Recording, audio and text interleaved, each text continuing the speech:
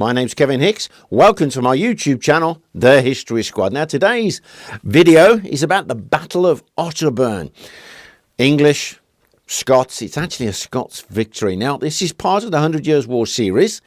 And if you've not been following it or if you've missed any, we do have a playlist in the description so you can easily catch up. And I thought I'd add a bit of a Scottish flavour. This is my 6-hole flute. I've had it for years. And that tune is from the day, so I understand. So, Battle of Otterburn. Let's have a look. Battle of Otterburn, 5th of August, 1388. A Scottish victory over the English. OMG. I've done it. We're going to get defeated. But before I really go into it, there's a lot more to this than meets the eye. I've got a list of famous people who've died leading up to this. So we have Edward, Prince of Wales, the Black Prince, June 8, 1376. He dies of dysentery that, if you remember correctly, he picked up in Spain. Then we have Edward III, the King himself, June the 21st, 1377. So the King of England is now replaced by Richard II. He's 10-year-old. And he's ruled by John of Gaunt and Thomas of Woodstock with their Regency Council. And on top of that, Bertrand du Guesclin, the famous French commoner who became the Constable of France. He dies July the 13th, 1380. Followed by Charles V of France, September the 16th, 1380. So all the old players in the 100 Years' War, as we know up until now, are actually dead. So things are cooking.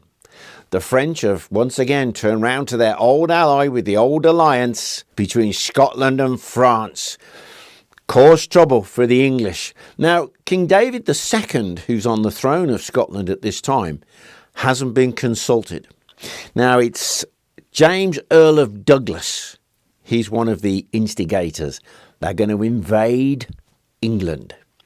But the English have actually found out that they're going to invade. The only thing the English don't know, and this is Henry Percy, Earl of Northumberland, known as Hotspur, is he doesn't know which route they're going to take. Are they going to come down the east side? Or are they going to come down the west side?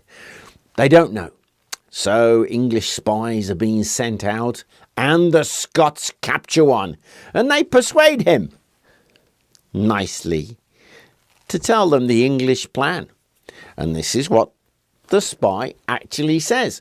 As soon as the English know which way you're coming, they're going to attack you as you come down that road. So the Scots do a brilliant thing. They go down both roads. They're going to attack west and east. But the main army is actually over in the west towards Carlisle. And that's where they're going to cause absolute mayhem. Meanwhile, Earl Douglas, he comes down through Northumberland. He causes mayhem. He causes quite some trouble. But the English plan is this. They're not going to attack the Scots while they're fresh and strong. They're going to attack them on the way back when they're loaded with loot. Now let me make one thing clear. It doesn't matter if the English army is going north or the Scottish army is coming south. The people who suffered were the ordinary people. We're talking of all of the crimes of war that you can imagine. So the border regions of England and Scotland, to this day, the memory of the blood that ran there is still quite high. You know, people still talk about it. In fact, there is a curse against some people still held true in Cumbria. Yeah, this is a deep subject, and the scars do run deep on both sides of the border there. So let's have a look. What happens for the Battle of Otterburn?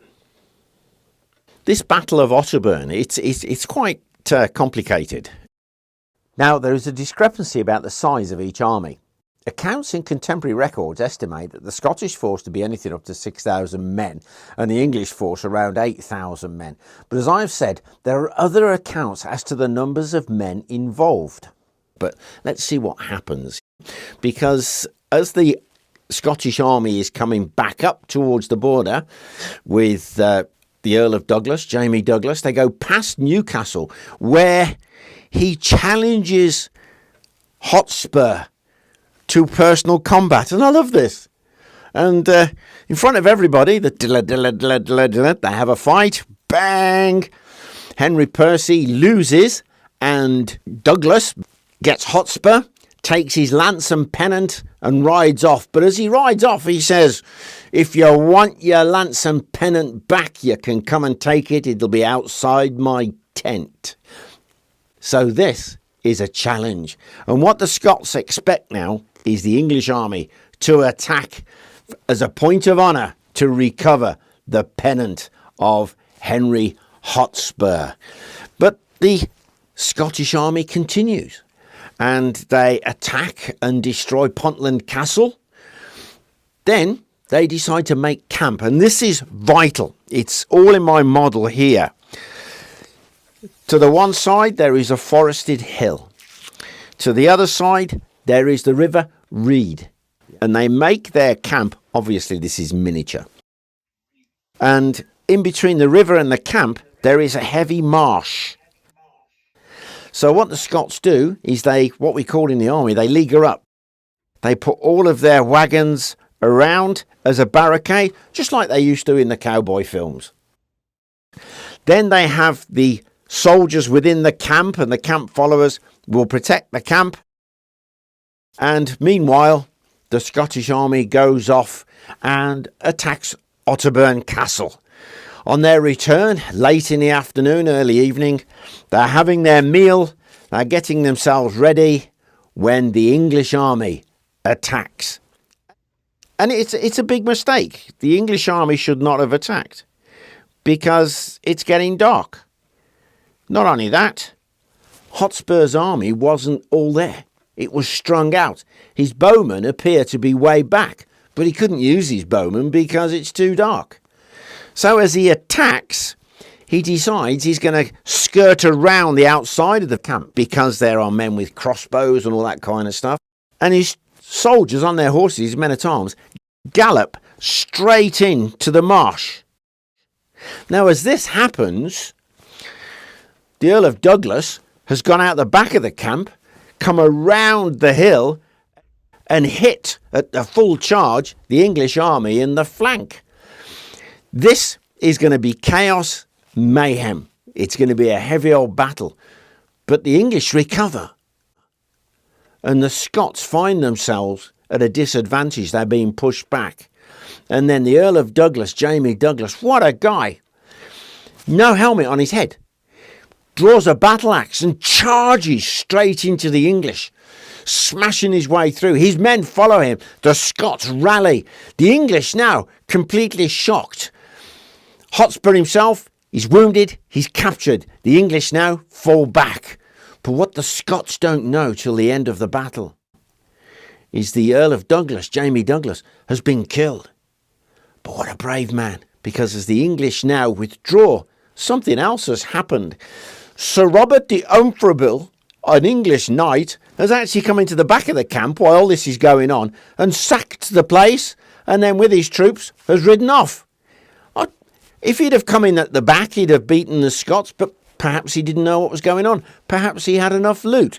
So, yes, the Scots have had a victory. Hotspur is captured, along with a good many other English knights and men-at-arms. The English army has it on its toes. It's away. A Scottish victory. But what a cost. Hotspur's captured, yes, but your commander is dead. What a brave guy. And then when you go into camp, there's nothing left. The English have been in the back door and pinched the lot.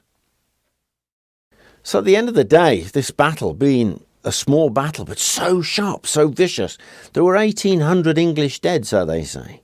And the body of the Earl of Douglas, God rest his soul, was conveyed to the church at Melrose Abbey, and he was interred in his family tomb, which is great. Now, the ransoms of the English noblemen that were captured were somewhere in the region of 200,000 francs. But I've got something here that from the day that I would like to read. Of all the battles that have been described in this history, great and small, this was the best fought and the most severe, for there was not a man, not a knight or a squire, who did not acquit himself gallantly, hand in hand with his enemy, without stay or faint-heartedness. Wow. At the end of the day, this small battle, sharp, but the men fought so well. Well, I hope you enjoyed our video there. Scottish victory, English defeat.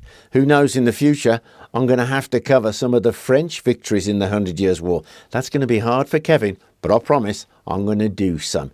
So, if you did enjoy our video, like, share and subscribe. And don't forget to put on the all notification button so you know what's coming down the line. Now, a mention of some of our Patreon members. Daryl and Erin Pratt and their 2 kids, Ethan and CJ, and then 2 others, Peter Keane and Jake Kahn. Hey guys, thanks a bunch. Bye for now.